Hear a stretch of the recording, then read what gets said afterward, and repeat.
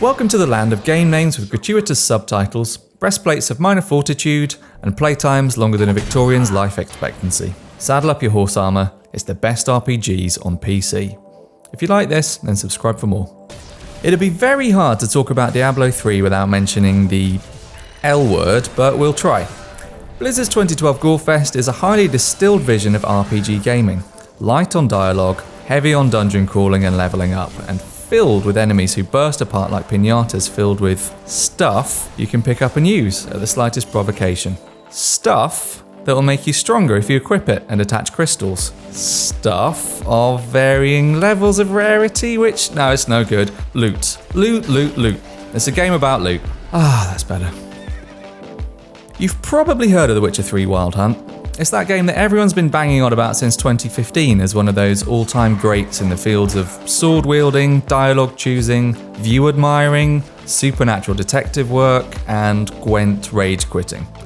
Above all, it's the quality of the quests that make Geralt's third adventure such a treat. They're twisty-turny tales that feel as lavished with attention in side quest form as they do in the main plot arc.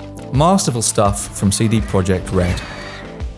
Planescape Torment is as wonderful as it is complicated. To briefly summarise the plot, which makes you feel as though your mind's unravelling into your hands, you're an immortal amnesiac who finds himself in a multiverse full of infinite and slightly different planes of existence, and after waking up in a mortuary with a floating, talking skull for company, your job is simply figuring out who you are and where you are. If, who, and where are even applicable here. Wherever here is. All of which is to say, this is one of the most original and unusual RPGs ever made. It's cast a variety of dark curiosities, its story a meditation on advanced philosophy. The Elder Scrolls III Morrowind is where the formula that produced Oblivion and Skyrim was forged, and arguably where it's delivered most effectively. Bethesda's two subsequent blockbuster RPGs are excellent in their own right, but there's something about the level of detail in Morrowind that defies age. Its designers considered every detail down to tiny touches like the differences in door handles in different cities and regions. And all their efforts mean that you feel like a tiny speck in a functioning fantasy civilization. A tiny speck that will grow all powerful, of course. This is a Bethesda RPG we're talking about. Star Wars Knights of the Old Republic 2, aka Mass Effect -1, builds on its predecessor's great leveraging of the Star Wars universe. Like KOTOR 1, it's a D&D rules RPG that really builds up the bit where you finally get a lightsaber. Unlike the first game, it does so on a new array of exotic planets with a cast of morally questionable tagalongs. For Star Wars nerds, it's a chance to visit previously underexplored bits of the universe, and for everyone else, it's simply an epic space opera with iconic weaponry.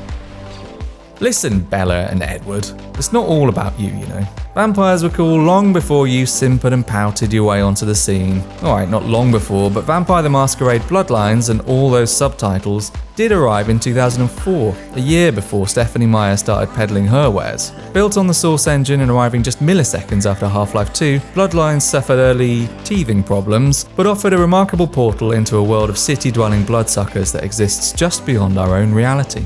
It's been patched more times than Mr. Bump, and as a result, the combat has come a long way. But really, it's the politics, subterfuge, and unpredictability that endures. Leveling yourself up, growing more powerful, finding increasingly desirable helmets and booties for your avatar. That's all well and good on a micro scale, but have you ever wanted to blend the usual RPG questing with some good old-fashioned army building? Mount & Blade Warband is your new best friend. The work-shy denizens of sleepy taverns are deeply familiar here, but the opportunities they offer to build a militia, win favour with nobles, and eventually become king or queen, well, they're not familiar, but they are brilliant. Many RPGs have tried to get you to care about their supporting casts over the years, but few have done it with quite such a grip on your heartstrings as Mass Effect 2. The twin forces of BioWare's universe building and mature characterization mean that as Commander Shepard, you really do feel a responsibility to save everyone from the death cockroaches known as the Reapers, even if those crew members are serial killers. A power-augmented cover shooting system took the series leaps and bounds forwards, but it's the way Mass Effect 2 makes you feel like a real commander that earns its place among the greats. There was a time when player choice wasn't ubiquitous and RPG elements rarely seeped through into first-person shooters. A time when trench coats and shades were cool even outside Matrix cosplay events. Deus Ex landed at exactly that time and changed games forever. It's an RPG that looks like a shooter with a conspiratorial narrative you can really get behind, and it does all this while allowing you a level of freedom that's striking even now, after over a decade's worth of games have aped it. Dark Souls is the RPG to make other RPGs look like three kids in a trench coat standing on each other's shoulders, holding up a finger moustache and putting on a deep voice. It is difficult, as you may have heard a few gajillion times by now, but that's not really what makes it great. It's the complete lack of handholding and the subsequent authenticity of your adventure in Lordran. That's what makes Dark Souls feel like such a striking departure from previously accepted and regurgitated RPG wisdom. It's fair to say that expectations weren't set in the nosebleeds for South Park: The Stick of Truth when it was announced, particularly for those who remember 1998's South Park the video game, or indeed 1999's South Park Chef's Love Shack, or 2000's South Park Rally. But we digress. This one's brilliant. Visually indistinguishable from an episode of the show, Obsidian built a rock-solid, turn-based RPG full of clever nods to the genre's bedrocks. Series creators Matt Stone and Trey Parker took a hands-on approach to the scripting, and it shows. If you haven't played Baldur's Gate 2 Shadows of Arm, well, you've got about 90 hours on the rest of us. But unless you spent those hours earning ludicrous overtime pay at the ice cream tasting factory, the chances are you missed out. The writing beneath the AD&D rule set never fails to immerse, surprise, emote, and invest you in the Euro fantasy world of Arm. It boils down to a revenge plot that has you chasing a powerful wizard named John, who imprisoned you at the start of the game. But as you explore its cities, dales, dungeons, enchanted circus tents, and shadowy backstreets, you begin to build up an understanding of an incredibly well-realised world around you. If you have any interest at all in the genre, you'll love it instantly.